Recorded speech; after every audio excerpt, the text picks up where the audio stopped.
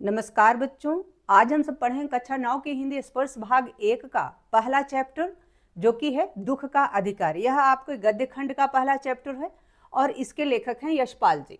तो यशपाल जी के विषय में सबसे पहले जान लेते हैं, यानी सबसे पहले हम पाठ पढ़ने से पहले लेखक के विषय में जानते हैं, कवि के विषय में जानते हैं।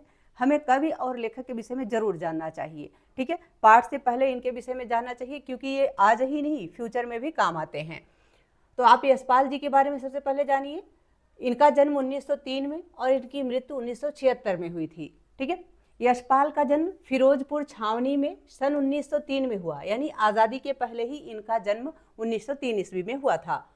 इन्होंने आरंभिक शिक्षा स्थानीय स्कूल में और उच्च शिक्षा लाहौर में पाई।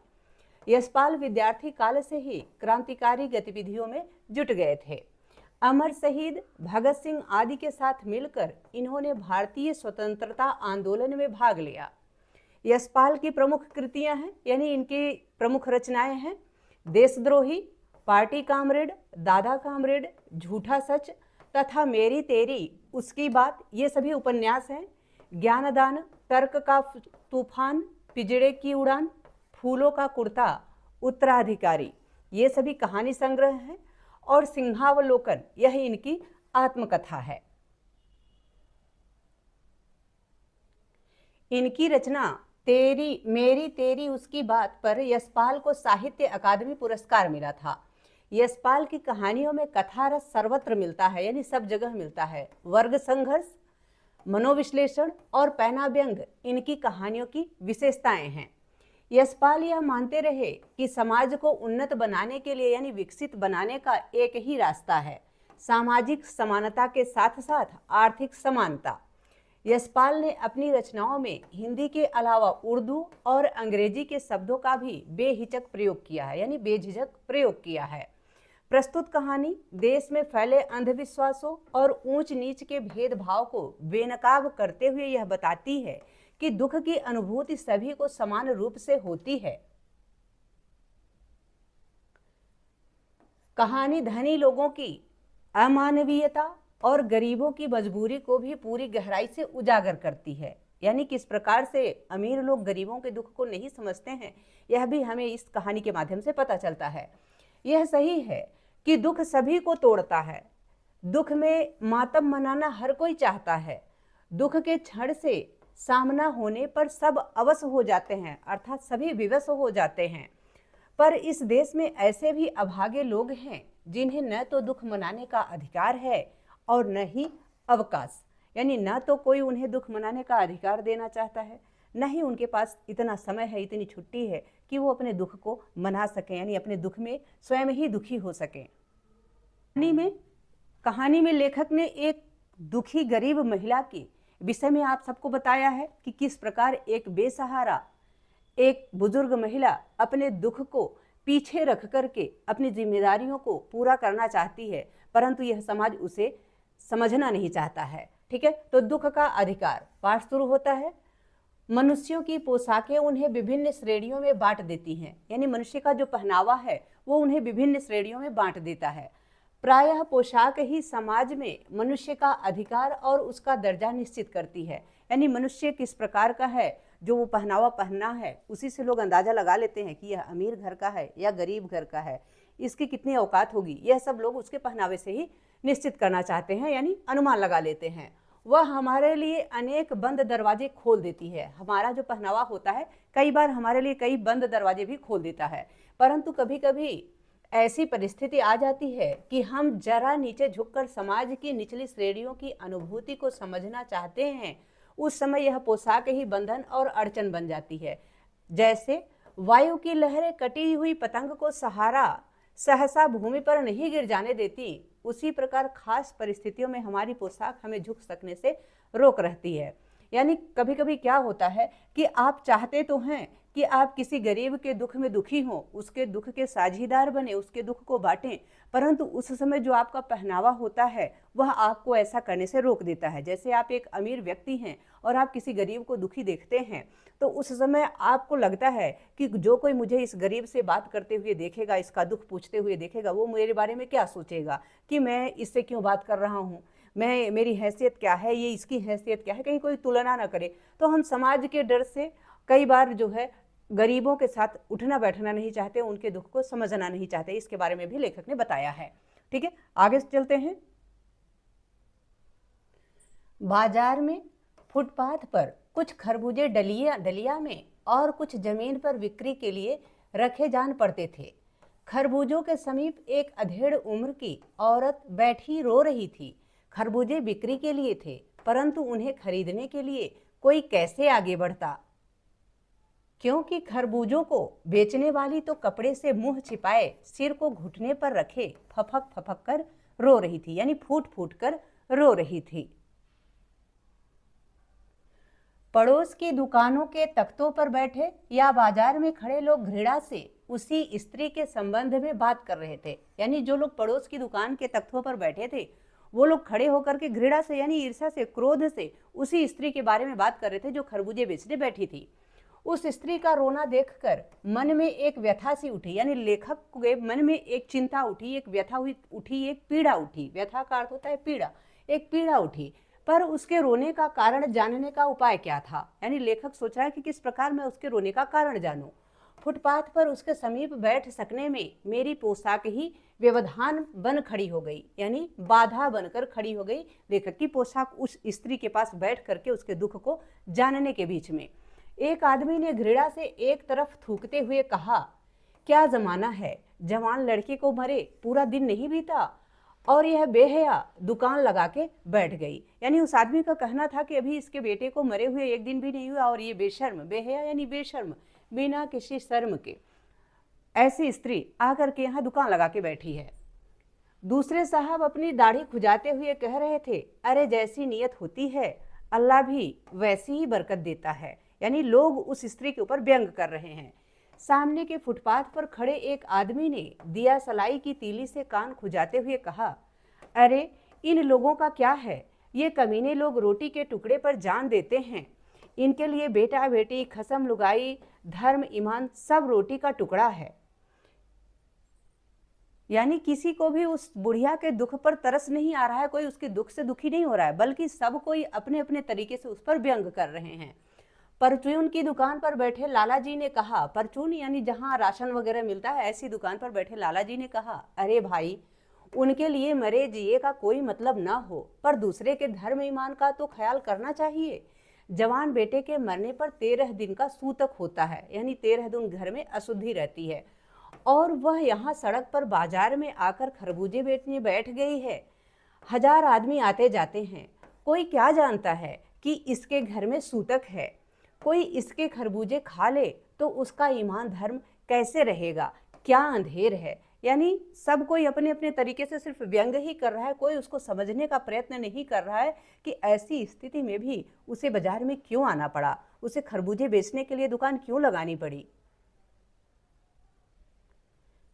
लेखक को पास पड़ोस की दुकानों से पूछने पर पता लगा उसका 23 वर्ष का जवान लड़का था। यानी उस स्त्री का 23 वर्ष का एक जवान लड़का था। घर में उसकी बहू और पोता पोती हैं। लड़का शहर के पास 1.5 बीघा भर जमीन में कछियारी करके यानी सब्जियां उगा के परिवार का निर्वाह करता था, यानी परिवार का जीवन यापन करता था। खरबूजों की डलिया बाजार में पहुंचाकर कभी लड़का स्वयं सौदे के पास बैठ जाता, कभी माँ बैठ जाती। लड़का परसों यानी एक दिन पहले की बात है, कल के पहले की बात है, ठीक है। सुबह मुंह अंधेरे यानी भोर में ही, जब किसी का चेहरा न दिखाई देता हो, सुबह का वो समय जब किसी का चेहरा भी न दिखाई देता हो, हल्का हल्का यानी सुबह होने वाली हो परंतु अंधेरा हो, उस समय का वर्णन है। मुंह अंधेरे बेलों में से पके खरबूजे चुन रहा था, यानी खरबूज की जो लता वहां लगी हुई थी वहां से वह खरबूज निकाल रहा था जो पके हुए थे। गीली मेड़ की तरावट में विश्राम करते हुए एक सांप पर लड़के का पैर पड़ गया। गीली मेड़ कहते हैं उस हिस्से को खेत के जिससे एक खेत दूसरे खेत से अलग होता है, यानी वो मोटा भाग जो रास्ता बनाया जाता है खेतों के बीच में, पतला पतला, जिस पर से लोग चलते हैं और जिससे 2 खेत डिवाइड होते हैं। तो उस पर एक सांप था जो कि वहाँ विश्राम कर रहा था, उस मेड़ की ये समझिए गहराई में चिपका हुआ था। उसी पर लड़के का पैर पड़ गया और सांप ने उसे डस लिया। लड़के की बुढ़िया माँ बावली होकर यानी पागल होकर ओझा को बुला लाई, झाड़ना फूकना हुआ, नागदेव की पूजा हुई, पूजा के लिए दान दक्षिणा चाहिए, घर में जो कुछ आटा और अनाज था दान दक्षिणा में उठ गया। माँ, बहू और बच्चे भगवाना से लिपट लिपट कर रोए, पर भगवाना जो एक दफे चुप हुआ तो फिर न बोला, यानी उसका पुत्र जब एक बार चुप हो गया तो फिर दोबारा नहीं बोला, अर्थात उसकी मृत्यु हो गई। सर्प के विष से उसका सब बदन काला पड़ गया था। जिंदा आदमी नंगा भी रह सकता है, परंतु मुर्दे को नंगा कैसे विदा किया जाए? उसके लिए तो बजाज की दुकान से, यानी जो मार्केट में कपड़ा बेचने वाला होता है उसे कहते हैं बजाज, बजाज की दुकान से नया कपड़ा लाना ही होगा, चाहे उसके लिए माँ के हाथों के छन्नी ककना ही क्यों न बिक जाए। यानी माँ के हाथ में जो छोटे मोटे गहने हैं वो भी भले ही क्यों ना बिक जाएं, लेकिन जो मर गया है उसके लिए कम से कम कफन का इंतजाम तो करना ही पड़ेगा, ये कपड़े का इंतजाम तो करना ही पड़ेगा। भगवाना यानी उस बुढ़िया का पुत्र परलोक चला गया, यानी उसकी मृत्यु हो गई, वह स्वर्ग सिधार गया। घर में जो कुछ चूनी भूसी थी सो उसे विदा करने में चली गई, यानी उसके मृत्यु के बाद जो खर्चे हुए उसमें चली गई। बाप नहीं रहा तो क्या, यानी वह नहीं रहा, भगवाना नहीं रहा तो क्या, उसके लड़के सुबह उठते ही भूख से बिलबिलाने लगे, यानी जो छोटे छोटे बच्चे थे उसके, वो भूख से रोने लगे, बिलबिलाने लगे, यानी रोने लगे, परेशान हो गए। दादी ने उन्हें खाने के लिए खरबूजे दे दिए, लेकिन बहू को क्या देती? बहू का बदन बुखार से तवे की तरह तप रहा था, यानी उसकी बहू को बहुत तेज बुखार था। अब बेटे के बिना बुढ़िया को दुअन्नी चवन्नी भी कौन उधार देता? तो आप ये जान लीजिए कि जब जिसके पास कोई सहारा नहीं होता है तो लोग उसे उधार भी नहीं देते। लोगों को ऐसा लगता है कि यदि मैंने इसको अपने पैसे दे दिए तो लौटाएगी कैसे। इस प्रकार से लोग जिसके पास पैसे नहीं होते, जो गरीब होते हैं, उनको कोई उधार भी नहीं देता है।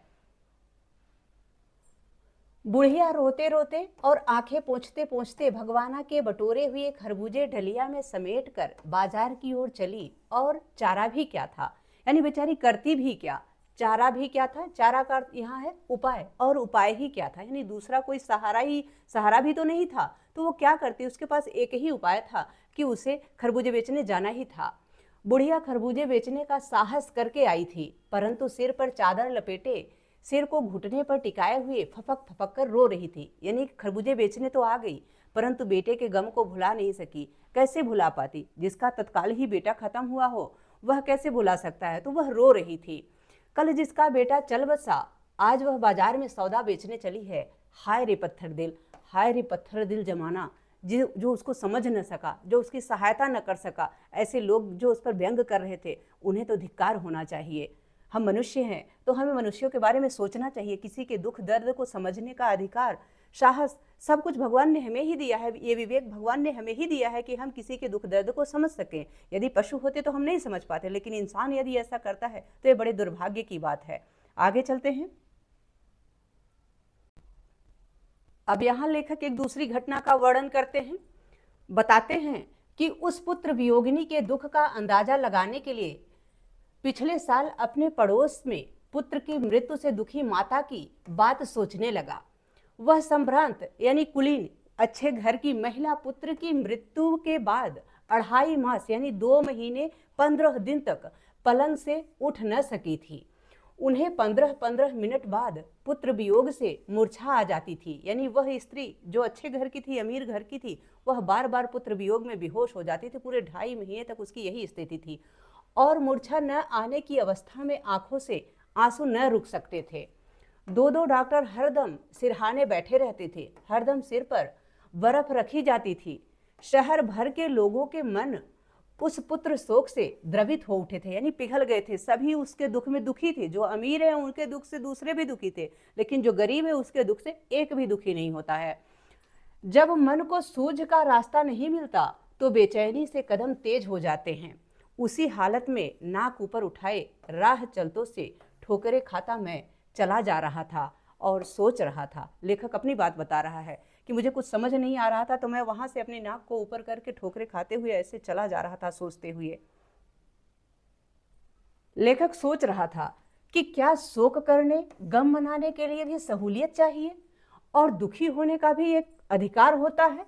यानी लेखक ये सोच रहा था, क्या ऐसी भी विषमता होती है कि कोई दुखी हो और उसके लिए उसको अधिकार चाहिए? किसी को दुखी होने का अधिकार चाहिए, किसी को दुखी होने के लिए सहूलियत चाहिए कि कोई उस पर दया दिखाए। तो इसके बारे में लेखक सोचता है और आगे बढ़ जाता है। आशा यह पाठ आप सबको बहुत अच्छे से समझ में आ गया होगा। अब हम इसका अभ्यास प्रश्न कर लेते हैं। प्रश्न अभ्यास है, पहले मौखिक प्रश्न है। यहाँ मौखिक प्रश्न है, निम्नलिखित प्रश्नों के उत्तर 1-2 पंक्तियों में दीजिए, यानी 1 लाइन या 2 लाइन में आपको इन प्रश्नों का उत्तर देना है। पहला प्रश्न है, किसी व्यक्ति की पोशाक को देखकर हमें क्या पता चलता है? उत्तर इस प्रकार से है कि किसी की पोशाक को देखकर हमें समाज में उसके अधिकार और दर्जे का पता चलता है। दूसरा प्रश्न है, खरबूजे बेचने वाली स्त्री से कोई खरबूजे क्यों नहीं खरीद रहा था? तो उत्तर है, खरबूजे बेचने वाली स्त्री से कोई खरबूजे इसलिए नहीं खरीद रहा था क्योंकि वह मुंह छिपाए सिर को घुटनों में रखकर फपक फपक कर रो रही थी। तीसरा प्रश्न है, उस स्त्री को देखकर लेखक को कैसा लगा? यानी जब लेखक ने उस स्त्री को देखा तो उन्हें कैसा महसूस हुआ? उत्तर है, उस स्त्री को देखकर लेखक के मन में एक व्यथा सी उठी और वो उसके रोने का कारण जानने का उपाय सोचने लगा। ठीक है, यहाँ एक बार ही लेखक रहेगा।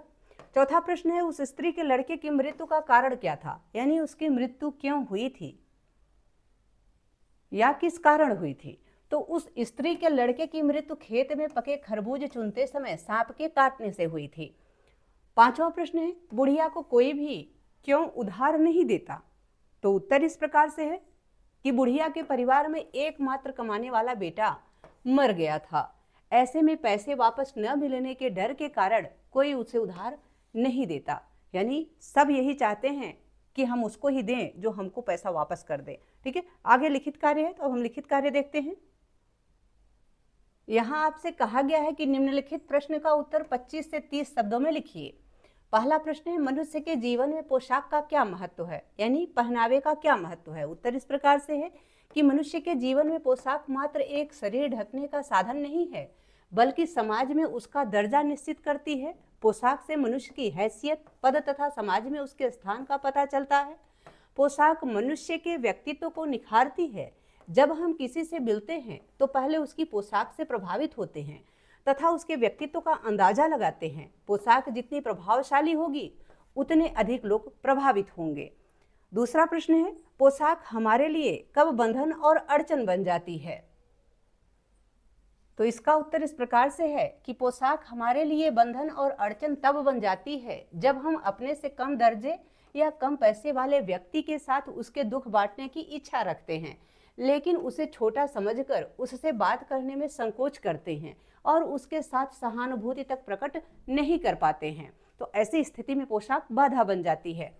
तीसरा प्रश्न है, लेखक उस स्त्री के रोने का कारण क्यों नहीं जान पाया? तो उत्तर इस प्रकार से है कि लेखक की पोशाक रोने का कारण जान पाने के बीच अड़चन थी।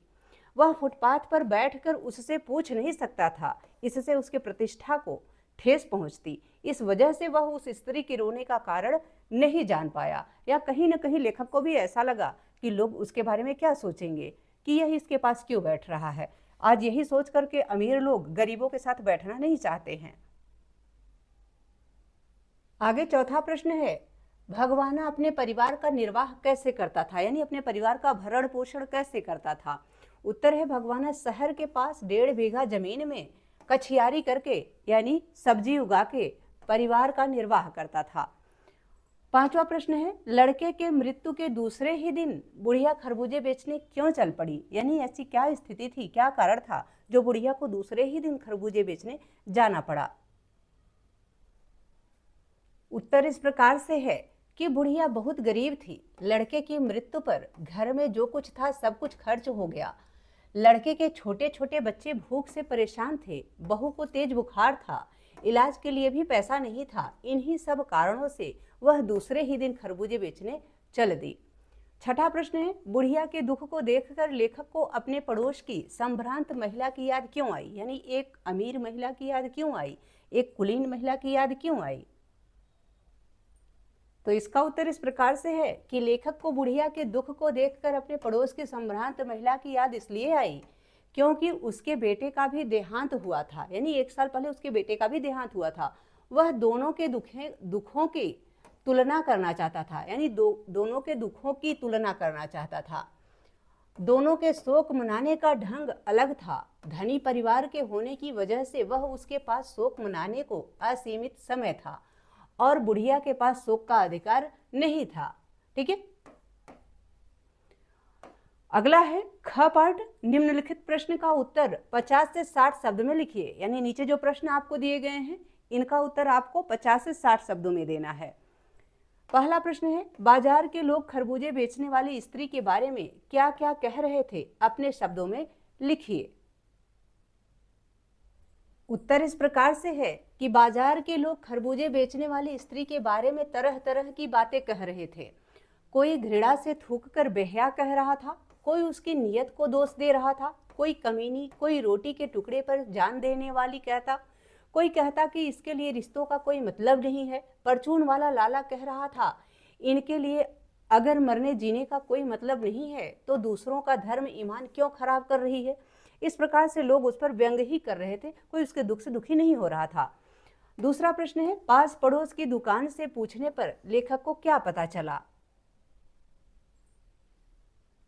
उत्तर इस प्रकार से है कि पास पड़ोस की दुकान से पूछने पर लेखक को पता चला कि बुढ़िया का जवान बेटा सांप के काटने से मर गया है। वह परिवार में एकमात्र कमाने वाला था।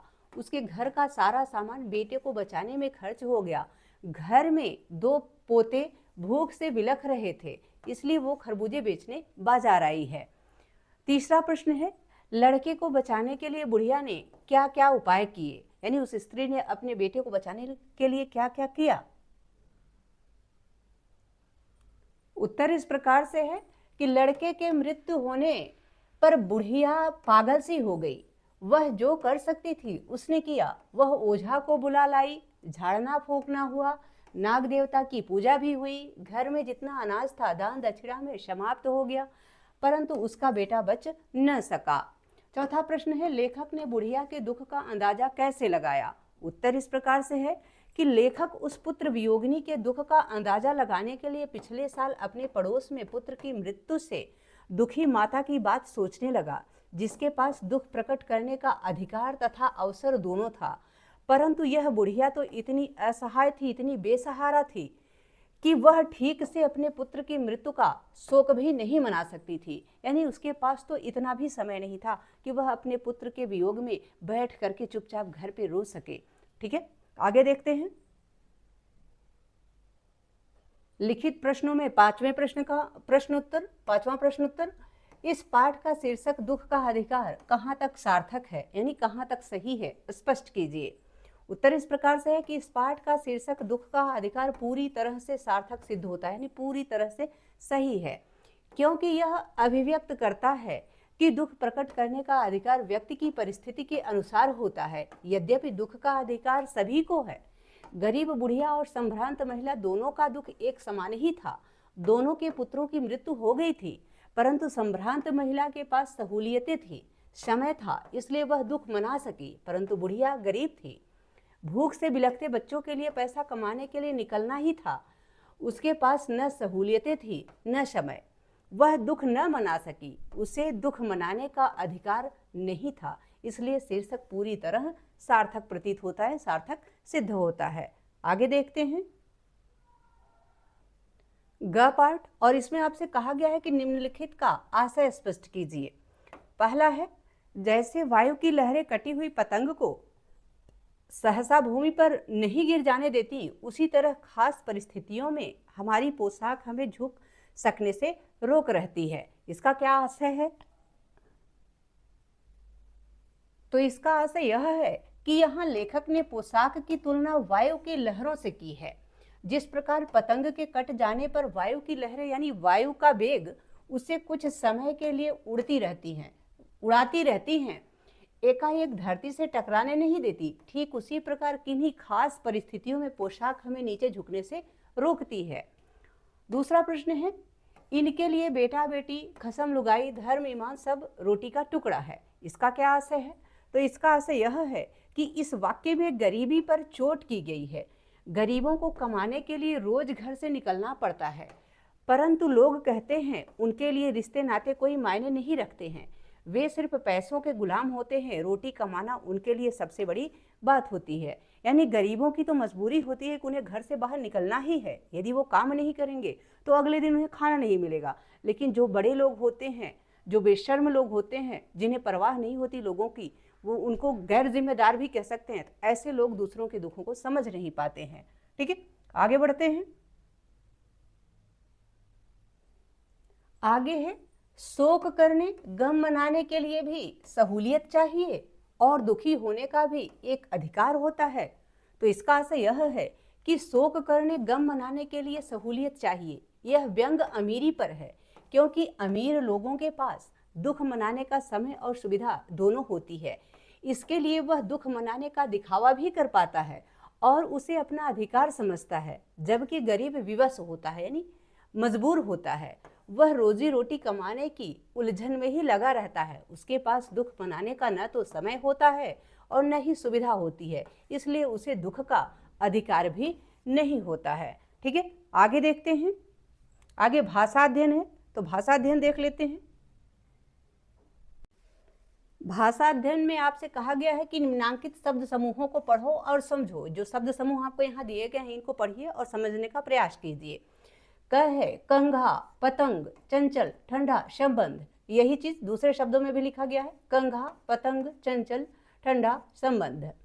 ग है अक्षुण, सम्मिलित, दुअन्नी, चवन्नी, अन्न। घ है संशय, संसद, संरचना, संवाद, संहार। ङ है अंधेरा, बांट, मुंह, ईंट, महिलाएं, मैं। ध्यान दो कि ङ, ञ, ड़, न और म ये पांचों पंचमाक्षर हैं, यानी जो अक्षर होते हैं उनके पांचवें अक्षर हैं। आपने देखा है ना वर्ण तालिका, जिसमें क, ख, ग, घ, ङ, च, छ, ज, झ, ञ, ये जो वर्ण होते हैं, इसमें जो ये वर्ण आपको यहाँ दिए गए हैं, ये पंचमाक्षर हैं, यानी पांचवें अक्षर हैं। इनके लिखने की विधियां तुमने ऊपर देखी। इसी रूप में या अनुस्वार के रूप में इन्हें दोनों में से किसी भी तरीके से लिखा जा सकता है। यानी आप इनकी तरह भी लिख सकते हैं, जैसे आपको यहाँ लिखा हुआ दिखता है, या दूसरी तरीके से भी लिख सकते हैं, जैसे यहाँ पे लिखा गया है। ठीक है, और दोनों ही शुद्ध हैं, दोनों ही तरीके शुद्ध हैं। आप किसी भी तरीके का प्रयोग कर सकते हैं, चाहे आप इस तरीके से लिखें या इस तरीके से लिखें, दोनों ही एकदम से सही हैं और शुद्ध हैं। हाँ, एक पंचमाक्षर जब दो बार आए तो अनुस्वार का प्रयोग नहीं होगा। जब एक ही पंचमाक्षर यानी अंतिम अक्षर जब दो बार आता है तो वहां पर अनुस्वार का प्रयोग नहीं होता है। ठीक है, यानी जो डॉट होता है, जो बिंदु होता है, ङ अंक की बिंदी होती है, इसका प्रयोग उस समय नहीं आता जब दो ठो पंचमाक्षर आते हैं, यानी दो अंतिम अक्षर आते हैं। जैसे अम्मा, इसमें देखिए म दो बार आया है, अन्न आदि। इसी प्रकार इनके बाद यदि अंतस्थ यानी य, र, ल, व और उष्म यानी श, श, स, ह आदि हो तो अनुस्वार का प्रयोग होगा, परंतु उसका उच्चारण पंचम वर्णों में से किसी भी एक वर्ण की भांति हो सकता है। यानी प्रयोग तो वहां अनुस्वार होगा, अंकी बिंदी का होगा, लेकिन उसका जो उच्चारण होगा वह पंचमाक्षर की तरह होगा, यानी जो आपका ङ, ञ, ड़, न, म ये हैं, इनकी तरह होगा। जैसे संशय, संरचना, देखिए यहाँ संशय, संरचना में न का, संवाद में म और संहार में ङ का उच्चारण हुआ। ये जो अंकी बिंदी है यह चिन्ह है अनुस्वार का, और ये जो चंद्र बिंदु है यह चिन्ह है अनुनासिक का। इन्हें क्रमशः बिंदु और चंद्र बिंदु भी कहते हैं। दोनों के प्रयोग और उच्चारण में अंतर है। अनुस्वार का प्रयोग व्यंजन के साथ होता है, यानी जो अंकी बिंदी होती है इसका प्रयोग व्यंजनों के साथ होता है, और अनुनासिक का स्वर के साथ। जो अनुनासिक होते हैं यानी चंद्र बिंदु होते हैं, इनका प्रयोग जो स्वर होते हैं अ, इ, उ, रील, री, इनके साथ होता है। ठीक है, आगे देखते हैं। आगे दूसरा प्रश्न है, और यहाँ आपसे कहा गया है कि निम्नलिखित शब्दों के पर्याय लिखिए। यानी जो शब्द आपको यहाँ दिए गए हैं, ईमान, बदन, अंदाजा, बेचैनी, गम इत्यादि, आपको इनका पर्यायवाची शब्द लिखना है। उत्तर देखते हैं। ईमान, इसका पर्यायवाची होता है जमीर, विवेक। बदन यानी शरीर, तन, देह। अंदाजा यानी अनुमान, कल्पना। बेचैनी यानी व्याकुलता, अधीरता, जब कोई परेशान होता है वैसी स्थिति। गम यानी दुख, कष्ट, तकलीफ, पीड़ा। दर्जा यानी स्तर, कक्षा। जमीन यानी धरती, भूमि, धरा। जमाना यानी संसार, जग, दुनिया। बरकत यानी वृद्धि, बढ़ना, किसी की तरक्की इत्यादि। ठीक है, आगे देखते हैं। आगे तीसरा प्रश्न है जिसमें आपसे कहा गया है कि निम्नलिखित उदाहरण के अनुसार पाठ में आए शब्द युग्मों को छांट कर लिखिए। जैसे यहाँ उदाहरण दिया गया है बेटा बेटी, इस प्रकार से जो भी शब्द युग्म आए हैं आपके पाठ में उसको आपको छांट करके लिखना है। उत्तर इस प्रकार से है, जैसे फफक फफक कर, दुअन्नी चवन्नी, ईमान धर्म, आते जाते, छन्नी ककना, पास पड़ोस, झाड़ना फूकना, पोता पोती, दान दक्षिणा, मुंह अंधेर, इस प्रकार के शब्द जो हैं। आगे देखते हैं चौथा प्रश्न, और इसमें आपसे कहा गया है कि पाठ के संदर्भ के अनुसार निम्नलिखित वाक्यांशों की व्याख्या कीजिए। जैसे बंद दरवाजे खोल देना, निर्वाह करना, भूख से बिलबिलाना, कोई चारा न होना, शोक से द्रवित हो जाना। तो इनको आपको क्या करना है, व्याख्यायित करना है, यानी इन वाक्यों का जो वाक्यों के अंश हैं इनको आपको व्याख्या करके लिखनी है। इसमें पहला है बंद दरवाजे खोल देना, यानी प्रगति में बाधक तत्व हटने से बंद दरवाजे खुल जाते हैं। दूसरा है निर्वाह करना, यानी परिवार का भरण पोषण करना, यानी परिवार का पालन पोषण करना। तीसरा है भूख से बिलबिलाना, यानी बहुत तेज भूख लगना और उससे व्याकुल होकर के रोना। चौथा है कोई चारा न होना, यानी कोई और उपाय न होना, कोई और सहारा न होना। पांचवा है शोक से द्रवित हो जाना, यानी दूसरों का दुख देखकर भावुक हो जाना, दूसरों के दुख से प्रभावित होना, दूसरों के दुख से दुखी होना। ठीक है, आगे पांचवा प्रश्न है निम्नलिखित शब्द युग्मों और शब्द समूहों को अपने वाक्यों में प्रयोग कीजिए। यानी आपसे कहा गया है कि यहाँ पर जो शब्द युग्म दिए गए हैं या जो शब्द समूह दिए गए हैं इनको आप अपने वाक्यों में प्रयोग करके लिखिए। ठीक है, उत्तर देखते हैं। इसमें पहला है छन्नी ककना, तो मकान बनाने में उसका छन्नी ककना तक बिक गया, यानी जो थोड़े मीड़े गहने थे वो भी मकान बनाने में बिक गए। दूसरा है अढ़ाई मास, वह विदेश में अढ़ाई मास ही रहा। तीसरा है पास पड़ोस, तो पास पड़ोस अच्छा हो तो समय अच्छा करता है, यानी हमारा पास पड़ोस अच्छा हो तो हमारा समय अच्छे से बीतता है। चौथा है दुअन्नी चवन्नी, आजकल दुअन्नी चवन्नी को कौन पूछता है। पांचवा है मुंह अंधेरे, यानी वह मुंह अंधेरे उठकर चला गया, यानी जब किसी का मुंह भी नहीं दिखाई दे रहा था, इतना अंधेरा था सुबह के समय, उसी समय वह उठकर चला गया। छठा प्रश्न है झाड़ना फूकना, यहाँ झाड़ना है, झाड़ना फूकना यानी गांव में आजकल भी लोग झाड़ने फूकने पर विश्वास करते हैं। इस प्रकार से आपका वाक्य प्रयोग हो गया। आगे देखते हैं ख पार्ट का उत्तर, और इसमें पहला है फफक फफक कर, यानी बच्चे फफक फफक कर रो रहे थे, यानी फूट फूट कर रो रहे थे। दूसरा है तड़प तड़प कर, तो आतंकियों के लोगों पर गोली चलाने से वे तड़प तड़प कर मर रहे थे।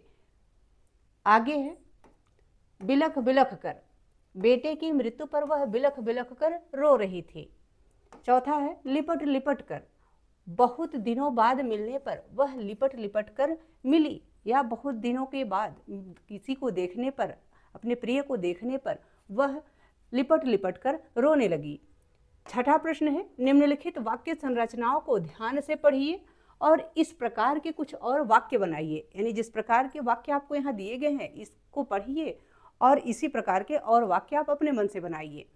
पहला है लड़के सुबह उठते ही भूख से बिलबिलाने लगे, और दूसरा है उसके लिए तो बजाज की दुकान से कपड़ा लाना ही होगा। तीसरा है चाहे उसके लिए माँ के हाथों के छन्नी ककना ही क्यों ना बिक जाएं। ख पार्ट है अरे जैसी नीयत होती है अल्लाह भी वैसी ही बरकत देता है। दूसरा है भगवाना जो एक दफे चुप हुआ तो फिर न बोला। उत्तर इस प्रकार से है जैसे बुढ़िया के पोते पोती पोता पोती सुबह उठते ही भूख से बिलबिला रहे थे। दूसरा है उसके लिए तो बजाज की दुकान से कपड़ा लाना ही होगा, तो बच्चों के लिए खिलौने लाने ही होंगे। तीसरा है चाहे उसके लिए माँ के हाथों के छन्नी ककना ही क्यों न बिक जाए, तो उसने बेटी की शादी के लिए खर्चा करने का इरादा किया, चाहे इसके लिए उसका सब कुछ ही क्यों न बिक जाए। ठीक है, आगे देखते हैं। अरे जैसी नीयत होती है अल्लाह भी वैसी ही बरकत देता है। तो इसके अनुसार वाक्य हुआ, जैसा दूसरों के लिए करोगे वैसा ही फल पाओगे, यानी जैसी करनी वैसी भरनी, यानी जैसा कोई करता है वैसा ही उसको फल मिलता है। दूसरा है, भगवाना जो एक दफे चुप हुआ तो फिर न बोला, तो जो समय निकल गया तो फिर मौका नहीं मिलेगा। आगे देखते हैं। आगे योग्यता विस्तार है। तो आपसे कहा गया है कि आप ये कार्य करके अपनी योग्यता को बढ़ा सकते हैं। पहला आपसे कहा गया है कि व्यक्ति की पहचान उसकी पोशाक से होती है।